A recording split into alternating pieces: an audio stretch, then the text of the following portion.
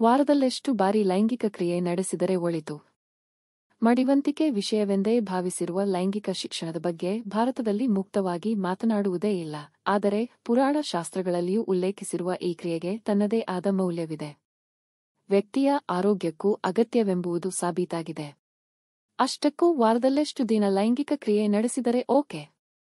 ಲೈಂಗಿಕ ಕ್ರಿಯೆ ಬಗ್ಗೆ ಮಾತನಾಡಲು ಭಾರತದಲ್ಲಿ ಮಡಿವಂತಿಕೆ ಜಾಸ್ತಿ.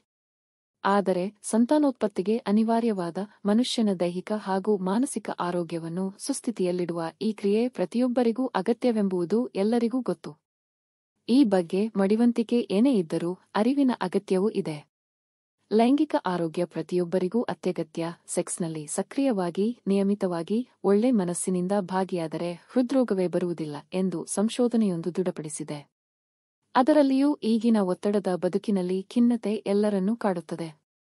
ಆದರೆ ಆಗಾಗ ಲೈಂಗಿಕ ಕ್ರಿಯೆಯಲ್ಲಿ ತೊಡಗುವುದರಿಂದ ಮನಸ್ಸಿನ ಆರೋಗ್ಯವನ್ನು ಕಾಪಾಡಿಕೊಳ್ಳುವ ಹಾರ್ಮೋನ್ಗಳು ಸೂಕ್ತ ಪ್ರಮಾಣದಲ್ಲಿ ಉತ್ಪತ್ತಿಯಾಗಿ ಮನಸ್ಸಿನ ಆರೋಗ್ಯವನ್ನು ಕಾಪಾಡಿಕೊಳ್ಳಲು ನೆರವಾಗುತ್ತದೆ. ಸದಾ ಕೆಲಸ ಮಾಡುವವರಿಗೆ ತಮ್ಮ ಸಂಗಾತಿಯೊಂದಿಗೆ ಸಮಯ ಕಳೆಯಲಾಗದಷ್ಟು ಬಿಡುವಿರುವುದಿಲ್ಲ.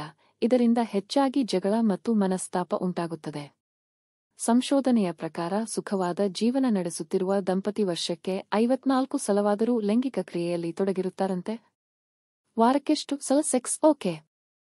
ವಿಶ್ವವಿದ್ಯಾಲಯದ ಸಂಶೋಧನೆಯ ಪ್ರಕಾರ ವಾರಕ್ಕೊಂದು ಸಲ ಸೆಕ್ಸ್ ಮಾಡುವುದರಿಂದ ನೆಮ್ಮದಿ ಮತ್ತು ತೃಪ್ತಿ ಇರುತ್ತದೆ. ಆದರೆ ವಾರಕ್ಕೆ ಒಂದಕ್ಕಿಂತ ಹೆಚ್ಚಿಗೆ ಲೈಂಗಿಕ ಕ್ರಿಯೆ ನಡೆಸಿದರೂ ಆಯಾಸಕ ಕಾಡಬಹುದು. ಆದರೆ ಲೈಂಗಿಕ ಕ್ರಿಯೆಗೆ ಸಮಾನವಾದಿ ಇತರೆ ಚಟುವಟಿಕೆಗಳಲ್ಲಿ ದಂಪತಿ ಭಾಗಿಯಾಗುವುದು ಅತ್ಯುತ್ತಮವೆಂದು ಈ ಸಂಶೋಧನೆಯಿಂದ ಸಾಬೀತಾಗಿದೆ. ಆದರೆ ದಾಂಪತ್ಯದಲ್ಲಿ ಹೊಂದಾಣಿಕೆ, ಪ್ರೀತಿ ಹೆಚ್ಚಲು ಆಗಾಗ ಲೈಂಗಿಕ ಕ್ರಿಯೆಯಲ್ಲಿ ತೊಡಗುವ ಅಗತ್ಯವಿದೆ ಎನ್ನುವುದನ್ನು ಮಾತ್ರ ಈ ಸಂಶೋಧನೆ ಸ್ಪಷ್ಟಪಡಿಸಿದೆ.